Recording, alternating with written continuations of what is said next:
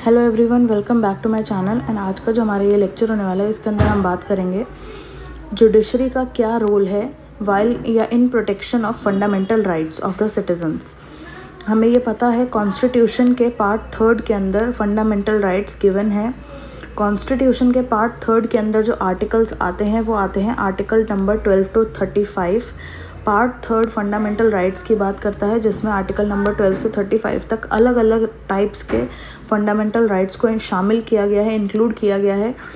And judiciary जो है उसका एक बहुत ज़्यादा वाइटल रोल वो प्ले करते हैं in the protection of fundamental rights of the citizens. And specially हम बात करें सुप्रीम कोर्ट की, तो सुप्रीम कोर्ट को कंसिडर किया जाता है as protector and interpreter of the fundamental rights. वो फंडामेंटल राइट्स जिनको पार्ट 3 के अंदर इंक्लूड किया गया है या शामिल किया गया है। तो अगर हम रोल या जुडिशरी के इम्पॉर्टेंट जो भी वो प्ले करते हैं उसके बारे में बात करें, तो जुडिशरी जो है वो प्रोटेक्ट करती है fundamental rights through various means. तो कई सारे अलग अलग तरीके हैं या अलग अलग मोड्स हैं जिनसे वो फंडामेंटल राइट्स को प्रोटेक्ट करते हैं। तो सबसे पहला है रिट जुरिसडिक्शन, सेकंड है public interest litigation and third है जुडिशियल रिव्यू। तो ये 3 मोड्स हो गए या वेरियस मीन्स हो गए जिससे फंडामेंटल राइट को प्रोटेक्ट किया जाता है बाय जुडिशरी। इसके बाद जो जुडिशरी है वो क्या करती है, तो सबसे पहले जुडिशरी करती है interpret and enforce the constitution. Constitution के प्रोविजंस को पढ़ना, समझना, उसका मतलब निकालना, उसको इंटरप्रेट करना, जुडिशियल माइंड अप्लाई करके एंड इन्फोर्स करना कॉन्स्टिट्यूशन के प्रोविजंस को। ये सारे काम सुप्रीम कोर्ट के द्वारा, हाई कोर्ट के द्वारा या स्पेसिफिकली मैं बोलूँ जुडिशरी के द्वारा किया जाता है। तो जुडिशरी जो है एक की रोल प्ले करता है in interpreting and enforcing the constitution. And ये सर्व करता है as supreme law of the land and ये प्रोवाइड करता है प्रोटेक्शन ऑफ फंडामेंटल राइट्स। ये जो जुडिशरी का काम है इंटरप्रेट करना, कॉन्स्टिट्यूशन के प्रोविजंस को एनफोर्स करना, ये सुप्रीम लॉ होता है। तो बेसिकली जो भी सुप्रीम कोर्ट डिसाइड करती है अपने डिसीजंस के तौर पे, तो जो भी सुप्रीम कोर्ट के डिसीजंस आते हैं वो बाइंडिंग माने जाते हैं एंड वो सर्व करता है as a supreme law. Supreme law हम उसे कंसीडर कर लेते हैं एज प्रेसिडेंट एंड हम उसे फॉलो करते हैं। एंड ये बहुत इंपॉर्टेंट रोल प्ले करता है in the protection of fundamental rights. कोई एक केस आया, उसमें सुप्रीम कोर्ट ने कोई एक मैटर डिसाइड कर दिया किसी एक पार्टी के फेवर में कि ये जो राइट है ये इसको हमें प्रोटेक्ट करना है, तो कोई दूसरा सिमिलर केस आएगा सिमिलर फैक्ट्स पर, तो कोर्ट उसी प्रीवियस जजमेंट को ही फॉलो करेगी। The courts are empowered to strike down laws or government actions that are violative to constitutional provisions. Court के पास ये पावर है कि वो स्ट्रक डाउन कर सकती है उन कानूनों को या उन गवर्नमेंट एक्शंस को जो कॉन्स्टिट्यूशन के प्रोविजंस के खिलाफ हैं, अगेंस्ट है, कॉन्ट्रेरी है, वायलेटिव में है। Includes those related to fundamental rights. Specifically वो सारे प्रोविजंस जो फंडामेंटल राइट को वायलेट करते हैं, उन सारे लॉज को, उन सारे ही सरकारी जो भी फैसले हैं या उनके कार्य हैं, उनको वो स्ट्राइक डाउन कर सकते हैं, रोक सकते हैं, स्टॉप कर सकते हैं, नल कर सकते हैं, इनइफेक्टिव कर सकते हैं। Providing remedies for violation of fundamental rights. अब कोर्ट का दूसरा क्या काम है या जुडिशरी का दूसरा क्या काम है, तो बेसिकली रेमेडीज़ प्रोवाइड करना। जुडिशरी जो है वो रेमेडी प्रोवाइड करती है for the violation of fundamental rights, including the issuance of writs. Specifically writs को प्रोवाइड करना या रिट जुरिसडिक्शन के अंदर किसी मैटर को सुनना। तो हेबियस कॉर्पस एक रिट आती है, एक आती है मेंडेमस, एक होती है सर्शियरारी, या अदर जो रिट्स हैं वो हो गई एक क्यू वारंटो, प्रोहिबिशन। ये यूज़ कर सकते हैं हम किसी भी पर्सन के राइट्स को प्रोटेक्ट करने के लिए अगेंस्ट द अनलॉफुल डिटेंशन, या फिर कोई गवर्नमेंट एक्शन के द्वारा किसी को कुछ कंपेल किया जा रहा है। तो यहाँ पर सरकार को कंपेल कौन कर रहा है? कोर्ट कंपेल कर रही है कि आप ऐसा करो या आप ऐसा मत करो।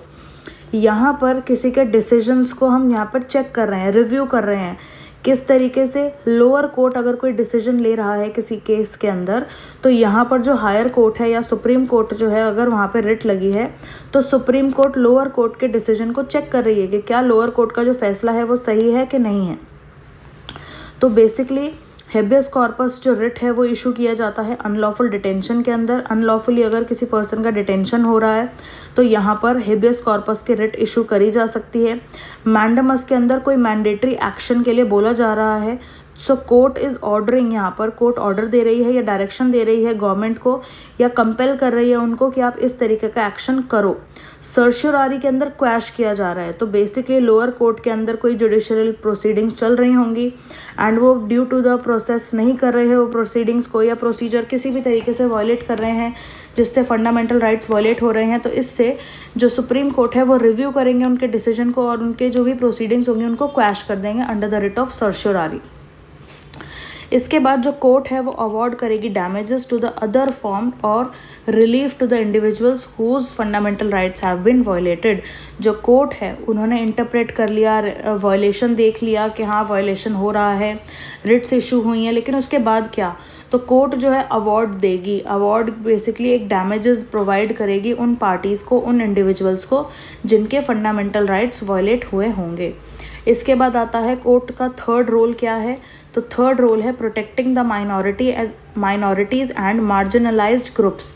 जो भी माइनॉरिटीज़ है और जो मार्जिनलाइज्ड ग्रुप्स हैं, यानी कि बहुत कम तादाद में या बहुत नंबर में कम है वो ग्रुप्स, उनका प्रोटेक्शन करना।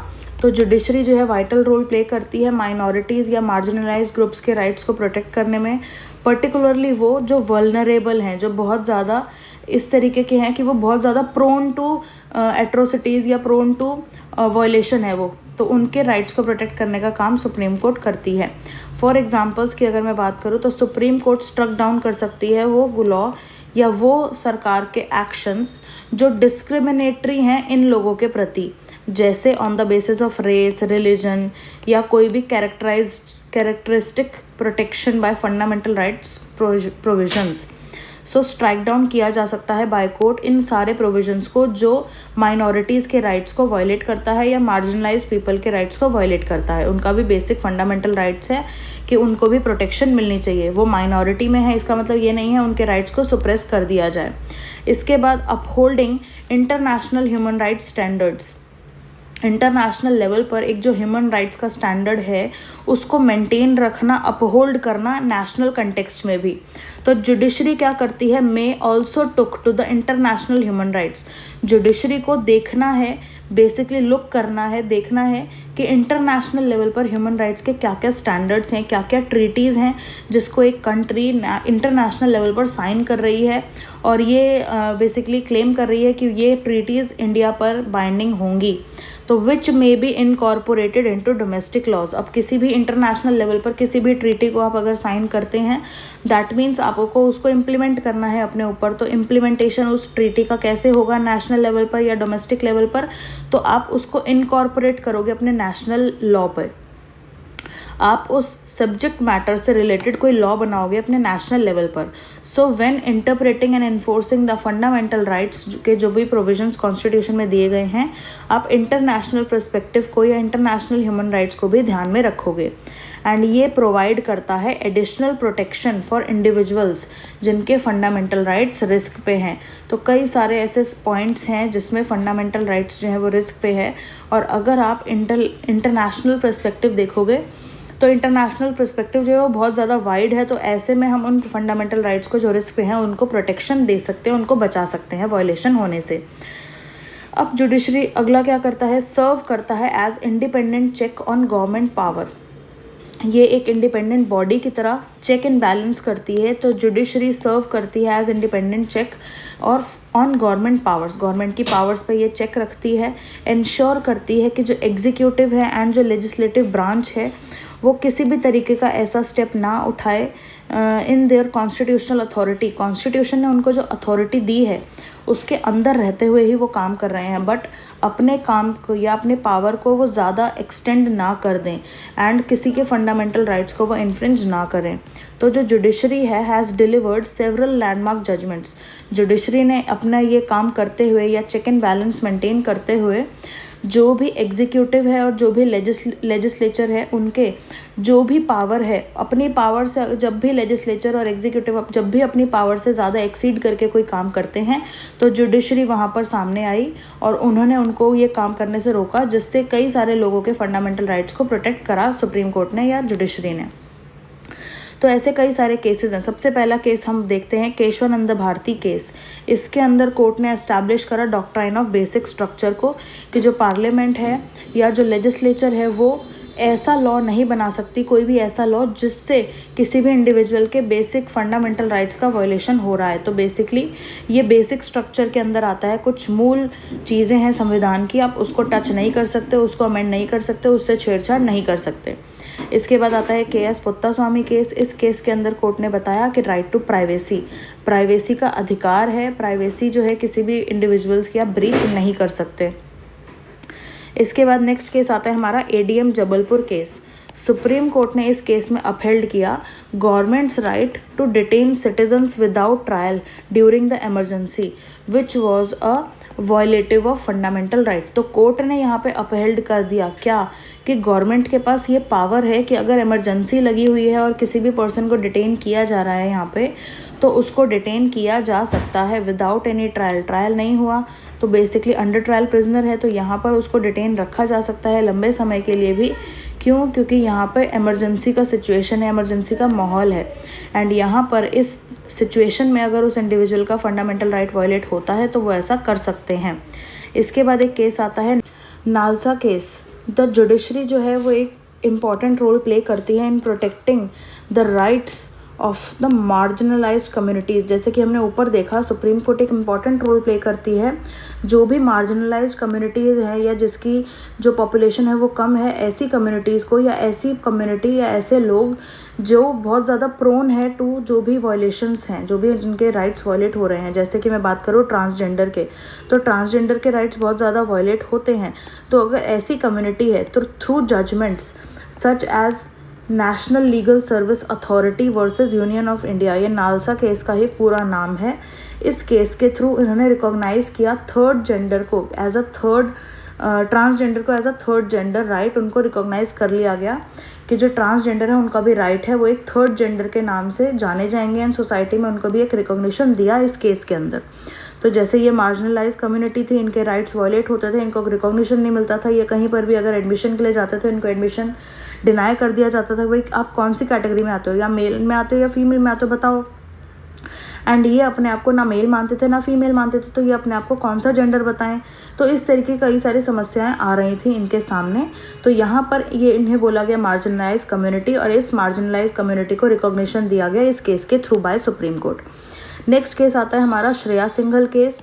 जो जुडिशरी है उसने प्रोटेक्ट किया फ्रीडम ऑफ स्पीच को और एक्सप्रेशन को इस केस के द्वारा, जिसके अंदर इस केस में बोला गया, जिसने स्ट्रक डाउन कर दिया section number 66 capital A of information technology act, जो यूज़ किया जा रहा था पार्लियामेंट द्वारा या लेजिस्लेचर के द्वारा जिसने ये एक्ट को बनाया था। और वो ये चाहते थे कि लोगों को फ्री स्पीच का राइट ना हो, और वो इंटरनेट पर जो भी सोशल मीडिया की एप्स हैं उन पर वो कुछ भी डाल दें या कुछ भी अपलोड कर दें, कुछ भी पिक्चर शेयर कर दें, उनको रिस्ट्रिक्ट करना चाहते थे। तो बेसिकली इंसानों का या हम सब ह्यूमंस का ये फंडामेंटल राइट है कि उनके पास स्पीच एंड एक्सप्रेशन होना चाहिए, और यही चीज़ स्पीच एंड एक्सप्रेशन वो इंटरनेट पर शो कर सकते हैं, एक्सप्रेस कर सकते हैं अपने व्यूज़। और ये जो section number 66 capital A of information technology act है, ये इसी राइट को रिस्ट्रिक्ट करता था, रोकता था और इसको सुप्रेस करता था। और इसी को सुप्रीम कोर्ट ने क्या कर दिया, स्ट्रक डाउन कर दिया, हटा दिया, एंड बोला ये कॉन्स्टिट्यूशन के वायलेशन में है। इसके बाद जो रोल है जुडिशरी का फंडामेंटल राइट्स को प्रोटेक्ट करने के लिए बहुत ज़्यादा क्रूशल है, और बेसिकली डेमोक्रेसी को मेंटेन रखा है जुडिशरी ने। हर टाइम टू टाइम देखेंगे हम तो केसेस आए कोर्ट के सामने, एंड हर केस के अंदर कोर्ट ने फंडामेंटल राइट्स को प्रोटेक्ट करने के लिए एक इम्पॉर्टेंट रोल प्ले करा और डेमोक्रेसी को स्टैटिक रखा, एस्टैब्लिश रखा हमारी कंट्री के अंदर। जो जुडिशरी है वो इंडिपेंडेंट है, इम्पार्शल है एंड एक्टिविज्म है, और ये सारे इम्पॉर्टेंट कुछ सेफगार्ड हैं हमारे सिटीजन्स के राइट्स को प्रोटेक्ट करने के लिए, क्योंकि ये सारी चीज़ें ज़रूरी हैं।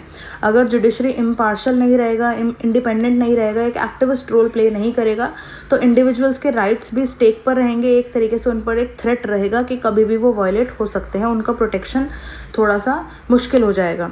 जो जुडिशरी है must continue to interpret fundamental rights in a progressive manner. आए दिन आप देखेंगे कोई ना कोई राइट्स कोर्ट रिकॉग्नाइज कर रही है। आर्टिकल 21 के अंदर भी मतलब आर्टिकल 21 का जो एम्बिट है उसके अंदर भी देखेंगे हम तो कितने सारे फंडामेंटल राइट्स को इंसर्ट किया गया या शामिल किया गया है धीरे धीरे।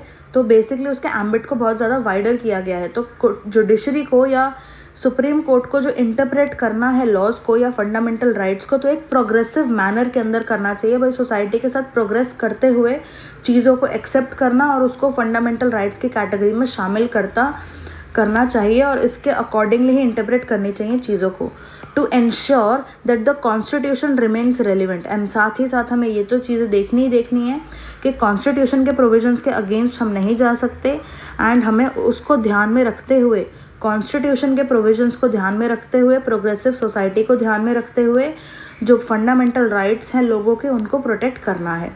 सो that's it for now. Thank you so much for watching. आज के लेक्चर के लिए सिर्फ इतना ही। आज हमने देखा बेसिकली कि जुडिशरी का क्या रोल है फंडामेंटल राइट्स को प्रोटेक्ट करने के लिए। सो सबसे पहले वो क्या करता है, इंटरप्रेट करता है, एनफोर्स करता है कॉन्स्टिट्यूशन को, रेमेडीज़ प्रोवाइड करता है फंडामेंटल राइट्स के वायलेशन पे। मार्जिनलाइज्ड ग्रुप्स के प्रोटेक्शन के लिए भी उसने बहुत सारी चीज़ें करी, बहुत सारे स्टेप्स उठाए, जैसे नालसा केस।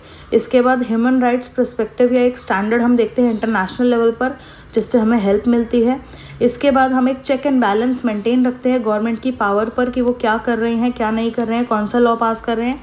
इसके बाद हमने कुछ जजमेंट्स देखी और कंक्लूड करा कि किस तरीके से जुडिशरी को इंटरप्रेट करने चाहिए फंडामेंटल राइट्स, तो एक प्रोग्रेसिव मैनर और एक कॉन्स्टिट्यूशन के प्रोविजंस को रिस्पेक्ट करते हुए। So that's it for now. Thank you so much for watching. See you in my next video.